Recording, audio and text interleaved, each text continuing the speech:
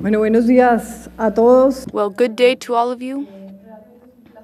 It truly is a pleasure to be here. I know that Minister Pinzon and the President yesterday welcomed you to Colombia, but I cannot be here without welcoming you again. It truly is a pleasure and an honor to have each of you here in Cartagena for these 2 days of work, which we hope will be fruitful for everyone. We would like to thank John Chipman, the Chief Executive of the IISS, and to Minister Pinzon for their initiative and for having brought us all together here. They gave us 10 minutes.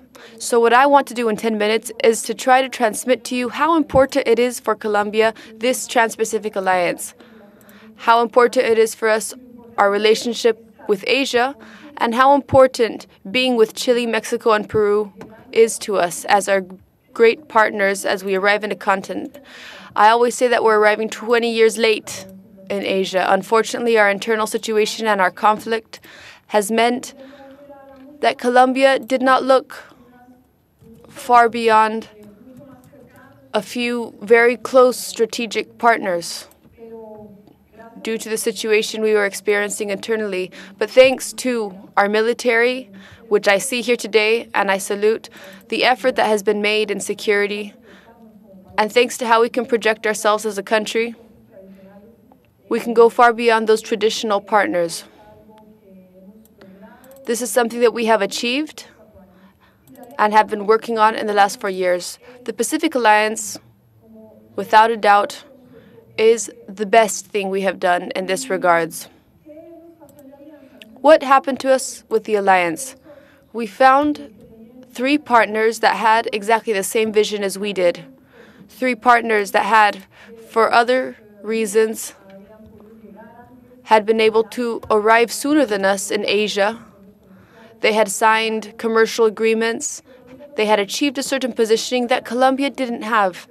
And that's why for us, the Pacific Alliance has been especially enriching, because the company of these 4 countries has allowed us to prevent errors, save time. There has been much learning from their experience in the great continent that is Asia, and that's why we will always be grateful to Chile, Peru, and Mexico, because it has opened space for us. What have these countries done? These countries opened their economies. They supported entrepreneurship in every sector without wavering, and stimulated competition. This has been vital for the growth of Chile, Peru, and Mexico. This is the path to follow, and for that reason, we entered the Pacific Alliance convinced that that would be the way to reach Asia. Over time, we've noticed that we are a more attractive country than we imagined initially. And that's why Asia is our main objective. But we go a bit further in our relationship with Asia, Africa, Europe, which were not our traditional partners, but whom we are now drawing nearer to. What we've been doing is sharing this vision of sustainable growth that requires that our business people connect with global consumer trends and the latest advances in technology. We're clear in that we are coming closer and integrating ourselves among these 4 countries in order to connect to the world. It's not a static process, and this alliance is not an objective. It's an ongoing process where creativity plays a large role. We've been investing in creativity so that through these pillars, which is the free circulation of goods, capital, and people, we could reach the world. The alliance is not a static integration. It's a process that grows every day and is richer every day as a function of each of our 4 countries and the creative investment of each of those countries. We are all each convinced that this is the best path to help our business people and our SMEs, because that's an important component of the alliance. We've given SMEs great importance, and we want them to be part of those global value chains. That's our objective. So that's the value of the alliance, a union of these 4 countries that allow us to become a part of the larger world. And the 4 of us agree that this is the priority. One might say, why Asia? It's a question that many already imagine has been answered, but it is important. What we saw in the 18th century in the Mediterranean and the north of Africa, we can say that that was the center of the world. In the 19th century, the Atlantic Ocean and the development of the United States became the new feature. But today, what we can see with Asia, we're seeing the Pacific become an axis of the global economy. And Colombia, unfortunately, spent a long time facing away from that great ocean. But what we're trying to recover in Colombia, and we've discussed it a lot within Colombia, is that we want to be in Asia.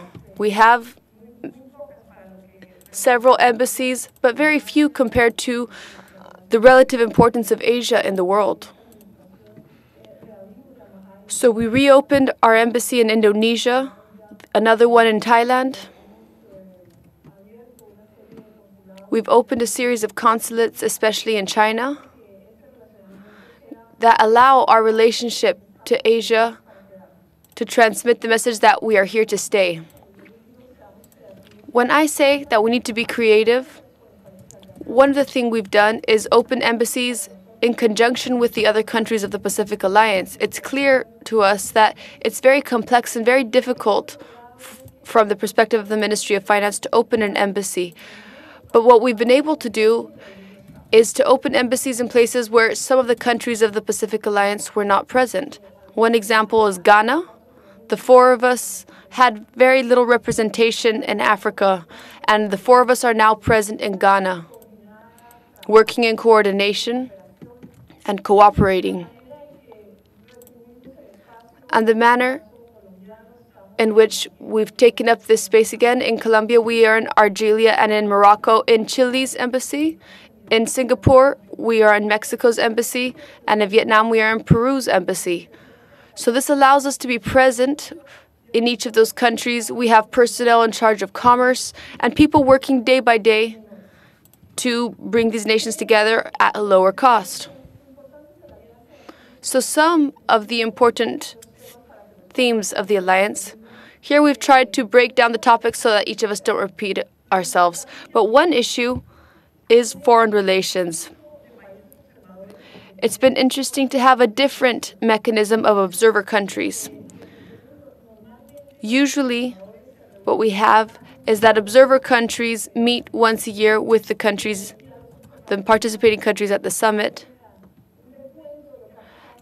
and they are informed of what has taken place in the alliance or in any other mechanism within a year. But we wanted to go a step further. So we were able to establish some observations. We already have 32 observer countries. We recently received the wonderful news that Indonesia presented its request to be an observer, and we're very pleased that Asian countries are seeing that we can work together. So what this has done is that each country is a world apart. It's about what each country is interested in. It's about facilitating commerce, facilitating customs, facilitating the free circulation of people. Migration is very important. Each country chooses how to become a part of the alliance. Personally, I would say that I wish we could make more progress. Last year, we spent a lot of time on the trade agreement, which was approved. But in this issue of relationships, we do think that it's worth the investment. We've discussed this among the 4 of us. But we do need to create the environment so that countries feel that being an observer of the alliance gives them an advantage. And we have to work on integrating the private sector, SMEs. These are some specific aspects. that doubtlessly will enrich these relationships. So what we do with the alliance, it's something like a complement to the trade agreements. What these trade agreements did was help us to reduce costs in the circulation between countries. The alliance allows us to work on these topics and much more. For instance, the issue of migration. Colombia was a country where mobility was complex. The amount of countries that asked us for visas, as was the case with Mexico, for instance, it was a country that many Colombians wanted to go to. They wanted to travel to for work or for pleasure, and the visas made this difficult. This was a first step made, and the Mexican government did not waver. It was important for us to eliminate the requirement for visa. And we've seen the benefits of the free movement of people.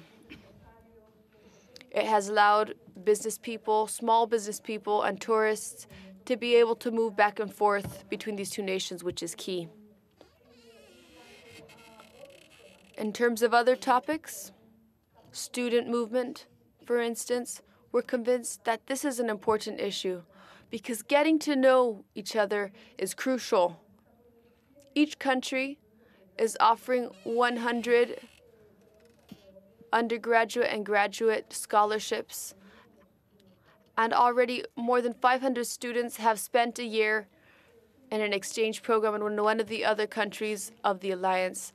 This helps us to privilege knowledge, and each of these young people becomes, in a certain manner, an ambassador for their country. So, without a doubt, there has been progress. There are other needs, and that when students go to another country, they must be able to work. So we're also working on the regulation in this regard. And we will no doubt make progress. We have made some shy steps with regional mechanisms in Asia. ASEAN is an example in the region, important to follow. It's a way of ensuring that the region is stable, prosperous, and competitive, regardless of the differences between countries. So we held a first meeting. As I mentioned, we are in the process of arriving at more concrete results, and there's still ways to go. Likewise, what we want is for each of these countries in Asia to identify what their interests are with each of us and with the alliance as a whole. But this exercise today, where many of you, I'm convinced, had never been to Colombia before, you're going to find out about some features of the region that you were not aware of. And that's what we've tried to do in different parts of the world. Get together, the four of us, conduct seminars, go to fairs, do press rounds. These are all ways of showing who these countries are. The alliance is only 3 years old, but it's a way of showing that we are potentially attractive to Asian countries. And just to wrap up, another important topic in foreign relations has been with the IDB and with other organizations. The IDB has been working with us from the beginning. They have done specific studies for everything related to market aperture. They've done studies with SMEs. And of course, each of us have barriers, but we've been taking a look at how we can make more connections between our different mechanisms, the mechanisms that each country develops due to different circumstances. So this has been extremely helpful on the part of the IDB and the OECD. Whatever we do is never quite enough, but I have always believed that creativity counts for a lot. Unfortunately, among the foreign relation ministers and the trade ministers, I'm the only one that's left from the origin of the alliance. But I think all of us have begun to realize how attractive and how important it is for each country. We had a change of government in Chile, Peru, and Mexico, but the alliance, in some manner or another, sometimes it can take us a little longer than we expect, but it is, without a doubt, important to each of the four countries. And this is something that, little by little, we have to continue to consolidate. We cannot allow the alliance, for any reasons, we cannot allow the governments to block them or to set it back, because I'm convinced that with the very important numbers that the alliance has been showing, united, we are the 8th largest economy in the world. We have an average growth of 4.3. We have 50% of the exports of the region, 40% of foreign direct investment. So those numbers and that reality that we've been able to see in terms of how attractive we are, we can't let a change in government to run that down, or differences in opinion. So we have to come together and continue down this path, being convinced that the alliance is very important to the growth of our four countries. Thank you.